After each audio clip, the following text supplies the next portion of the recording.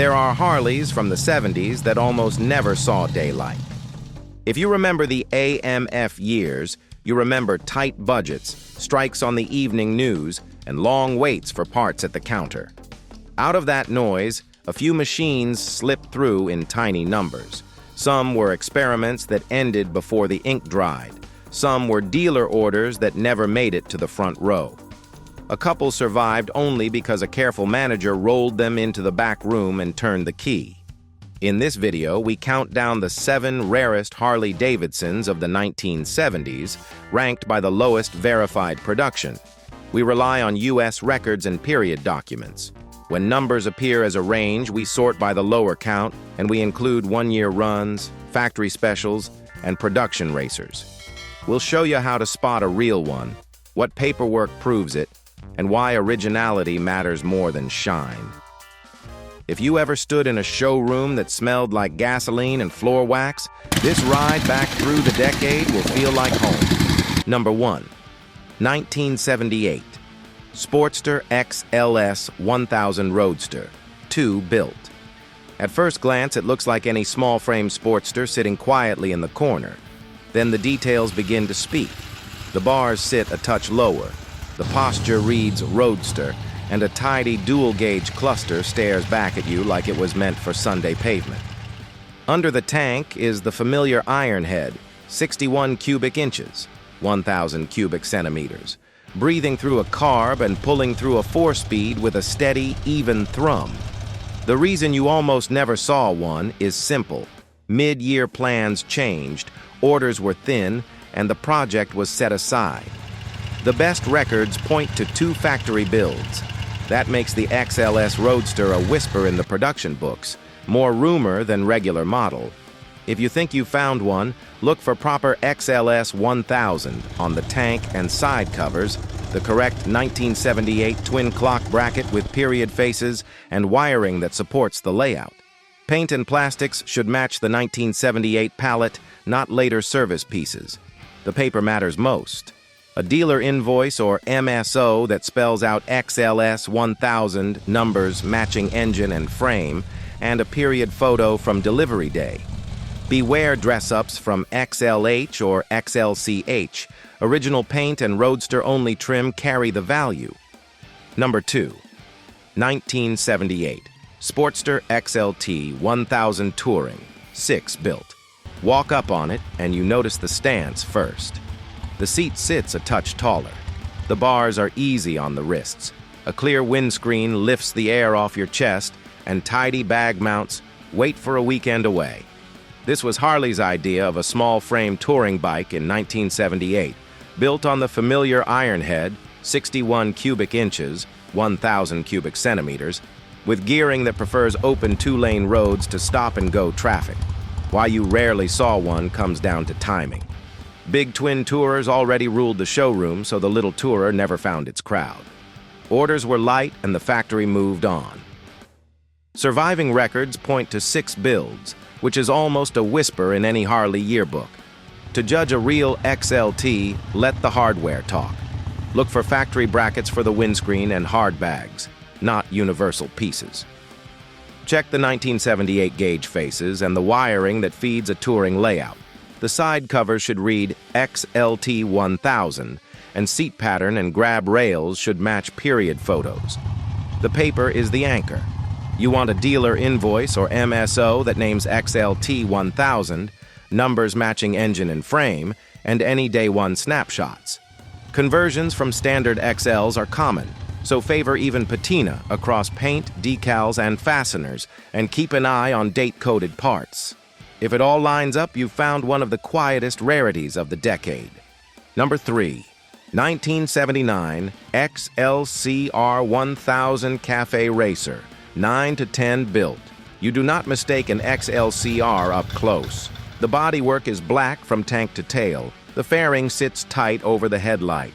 Clip-on bars put your wrists low, and the rear sets pull your feet back like a proper cafe machine. Under the skin lives the iron head, 61 cubic inches, 1,000 cubic centimeters, breathing through a carb and pushing a 4-speed.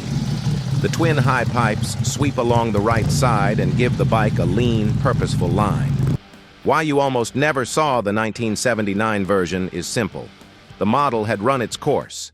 Dealers had moved on, and the factory used remaining parts to finish a tiny end-of-line batch. Surviving records point to 9 or 10 bikes for that year. That makes the 1979 XLCR one of the smallest verified runs to wear a Harley badge in the decade. If you are judging a candidate, let originality do the talking. Look for the all-black tank, tail, and fairing with period paint texture. The 2x2 exhaust and brackets should be XLCR specific. Serial details should sit in the late 1979 window. Ask for a dealer invoice that names XLCR 1000 and check that the engine and frame numbers match. Conversions from XLH or XLCH are common, and fresh paint can hide a lot. A clean paper file and honest aged finishes are worth more than shine on this model. Number 4.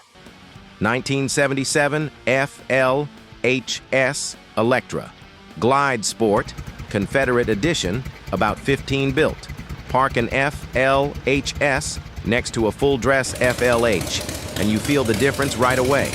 The Sport sits cleaner, lighter on the eye, with fewer touring add-ons and a bit more road feel. Under the side covers is the shovel head, 74 cubic inches, about 1,206 cubic centimeters. The slow, even heartbeat many of us remember from long two-lane rides. The Confederate Edition finish set these few bikes apart with a factory special paint package that dealers rarely saw in person. Why you almost never ran across one comes down to scale. The special graphics were offered for a short window in 1977, and the FLHS allocation was tiny. Surviving records put it around 15 examples, which places this version among the scarcest big twins of the decade. If you are judging a candidate, let originality guide you. Look for factory paint with honest edge wear and clear coat aging that matches the rest of the tins. Trim should read FLHS rather than full FLH dress. The strongest proof is a dealer invoice or MSO that names the package, plus numbers matching engine and frame, and any delivery day photos. Many have been repainted over the years, and reproduction decals are common. On this model, original finish and a clean paper file are what carry the value. Number 5. 1977 XLT 1000 Confederate Edition, about 15 built. You could spot the touring intent from a step away. The seats sat a little taller, the grips fell easy to hand, a clear screen lifted the wind, and tidy bag mounts hinted at weekends on the road. Underneath was the familiar iron head, 61 cubic inches, 1,000 cubic centimeters, breathing through a carb and working through a 4-speed. It was a small frame Harley set up to cover miles without fuss. Very few wore the Confederate Edition finish. The paint package was offered for a short spell in 1977, and the XLT allocation stayed tiny. Surviving records point to roughly 15 examples. Dealers rarely saw one on the floor. Many riders never knew it existed. If you are judging a candidate, let factory detail lead the way. The tank and side covers should read XLT 1000, not XLH. Brackets for the windscreen and hard bags should be factory pieces, not universal hardware. Gauge faces, lenses, and switchgear should match 1977 parts books. Paint should show honest age at the edges, with decals settled under the clear. The strongest proof is a dealer invoice or MSO that names XLT and the special package, plus numbers matching engine and frame and any delivery day photos. Reproduction graphics are common. Favor even patina across all tins and fasteners, and be cautious with bikes that look freshly dressed. Original finish and complete paperwork carry the value here. Number 6. 1977 FLH 1200 Electra Glide Confederate Edition, about 44 built. This is the full-dress touring Harley most folks remember from parades and cross-country vacations. Big windshield or fairing up front, hard bags out back, floorboards under your boots, and that steady shovelhead heartbeat, 74 cubic inches, 1,206 cc. Rolling the miles like an old freight train. The Confederate Edition finish set a handful of these FLHS apart with a factory special paint package dealers rarely received. Why you seldom saw one is simple math. The paint option was offered for a short window in 1977, and the FLH allocation was small. Surviving records point to about 44 examples. That keeps this version scarce, even among big twin Harleys. If you are judging a candidate, let the details agree with each other. Tank and side cover graphics should be factory placed and aged the same way as the rest of the tins. Fairing and bags should match 1977 hardware with lenses and gauges that date correctly for the build window. The strongest proof is a dealer invoice or MSO that names the special package, plus numbers matching engine and frame and any delivery day photos. Many standard FLHS were later dressed to look like this. Favor continuous ownership history, honest paint with period patina, and fasteners that tell a consistent story.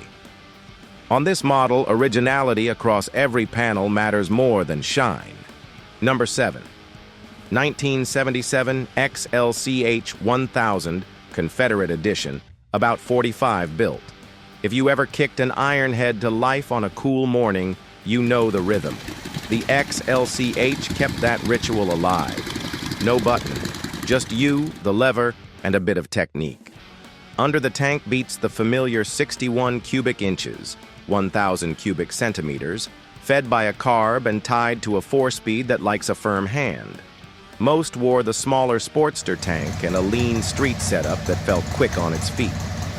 A handful left the factory in the Confederate Edition finish, which makes this version unusually scarce. Production stayed low and the kick-only layout narrowed the audience. Surviving records point to about 45 examples. Many riders never saw one in person. Dealers might have had a single unit, if any at all. To judge a real XLCH,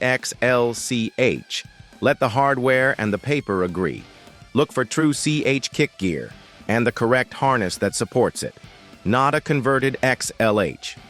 The tank and side covers should carry factory CE graphics with age that matches the rest of the tins. Gauge faces, lenses, and switchgear should line up with 1977 parts books. The strongest proof is a dealer invoice or MSO that names both XLCH and the special package, plus numbers matching engine and frame, and, if you're lucky, a delivery day snapshot. Clones are common. Check frame tabs, wiring routes, and fastener aging. Favor honest paint over fresh shine. On this model, originality and a clean, continuous history carry the value. The 70s left us a handful of Harleys that feel more like whispers than models. A Roadster that barely reached the showroom. A Café Racer that bowed out with a few end-of-line builds. A dirt track twin that earned its legend under stadium lights. And a small run of special paint machines that tell you how quickly fashion can change. Rarity does not make a motorcycle great by itself.